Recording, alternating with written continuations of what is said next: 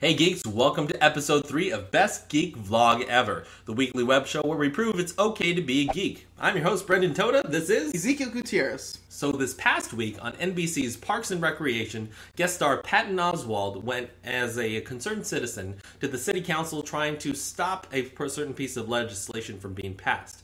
In doing so, he elected to do a filibuster and rant for about 9 to 9.5 minutes about his version of Star Wars Episode 7.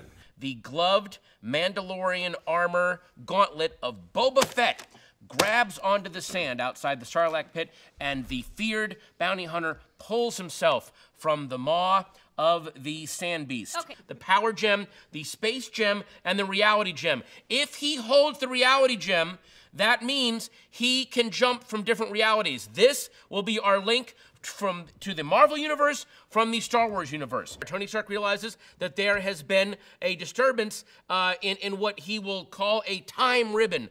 For the time being, I will allow J.J. Abrams to think of a better term for this. Suddenly, the time ribbon begins wavering, and what comes through? The X-Men's Quinjet. That's right. What we did was, back on Earth, we showed him gathering up all the heroes, but we didn't see him gathering up the X-Men, so oh my goodness. Now Wolverine's going to be there. Now Cyclops is going to be there. So the Quinjet comes through. Luke gets in his X-Wing to go out and meet them, and they engage in this awesome star battle. And I will just say that besides this thing being pretty brilliant from start to finish, I think the one thing that stands out is the actual rant is not nearly as ridiculous as the fact that it could actually happen. No, it that couldn't. one studio has the power to actually do something like that. They would never do that. No.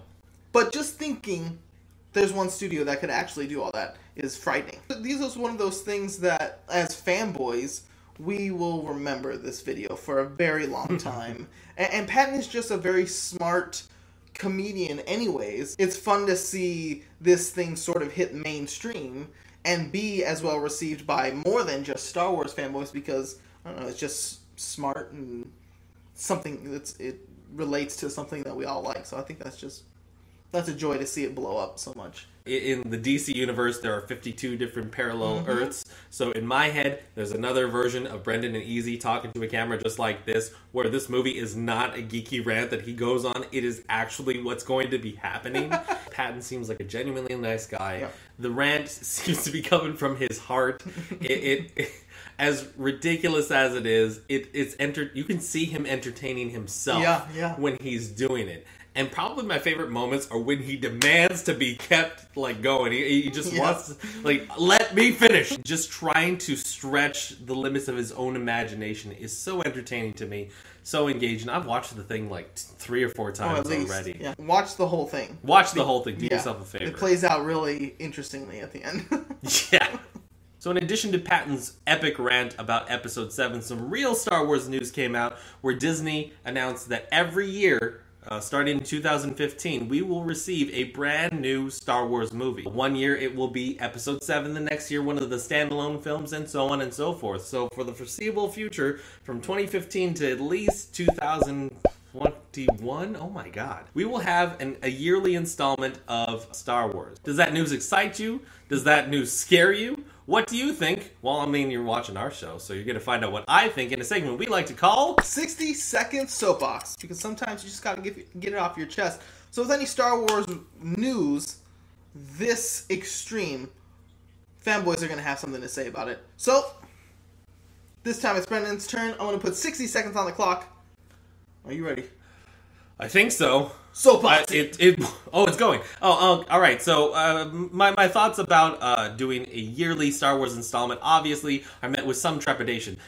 With J.J. Abrams' possible Episode 7 coming down the pipeline there, we really need to see what it's all about before we really get invested in that. But it seems like Disney is throwing in all of its cash. There we go. Let's put all the money into it because we're going to get lots and lots of money back. In our episode, we were talking about trying to cash in on it very too soon.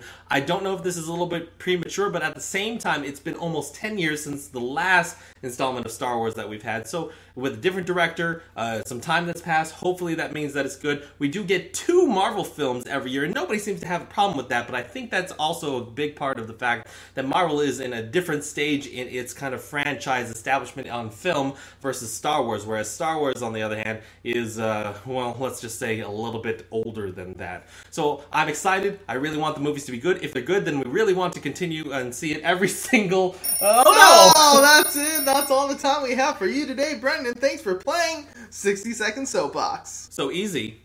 Yeah. Word has it that Best Geek Blog Ever happens to be involved in a certain project that you may want to share with our viewing audience. Yes, I think you're right, Brendan. Thank you for reminding me. Oh, you're quite welcome.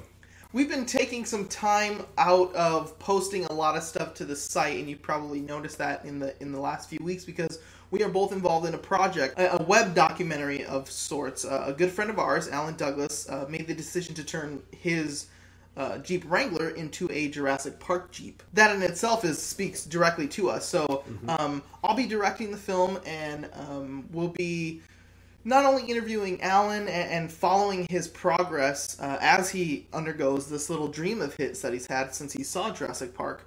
We're also along the way including interviews from people who already have iconic movie cars and sort of pulling the layer back on sort of why these people turn their cars into movie cars. So it's been really great, and it's starting to get a little bit bigger and bigger as we go along. So I thought I'd just take this opportunity to throw a quick plug in there that you can actually watch the trailer right now. You could probably click somewhere here.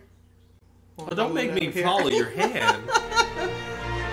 Join us as we embark on an adventure 20 years in the making and follow one man's dream beyond the gate. We're going to be putting out episodes throughout the summer with the hopes of, at the end of that, compiling it all into one feature-length documentary. And it's fun to explore, how movies impact people. I think the most exciting thing about being able to share the footage is just that, sharing it. Yeah. I think when we're out on location and we're interviewing him and we're seeing how the footage is coming out and we're watching the progress as this Jeep slowly turns itself into something iconic, it's just something that you don't want to keep to yourself. Over the course of the project, it's been a very collaborative effort from a lot of Alan's closest friends and family who have really given him and donated time and money and parts to make this dream a reality. And so in that, we've kind of felt that way about presenting it to our readers. That's sort of a collaborative effort too. Like, you guys like all the same things that we like, so why can't we just share this? Instead of keeping it to ourselves until it's at the end, we want to kind of take you guys on this journey with us, because it really has been a really fun, it's obviously very geeky, but it's also been kind of a really rewarding experience so far. So we hope you watch those as they come out, and we'll let you know what's going on at bestgeekvlogever.com. Thanks again for joining us on another episode of Best Geek Vlog Ever. To keep up to date with all our latest episodes, hit the subscribe button right here. New episodes will be uploaded every Monday. If you have a suggestion for future topics on Best Geek Vlog Ever, leave it in the comments section down below, or hit us up at our Twitter at EpicHappensHere.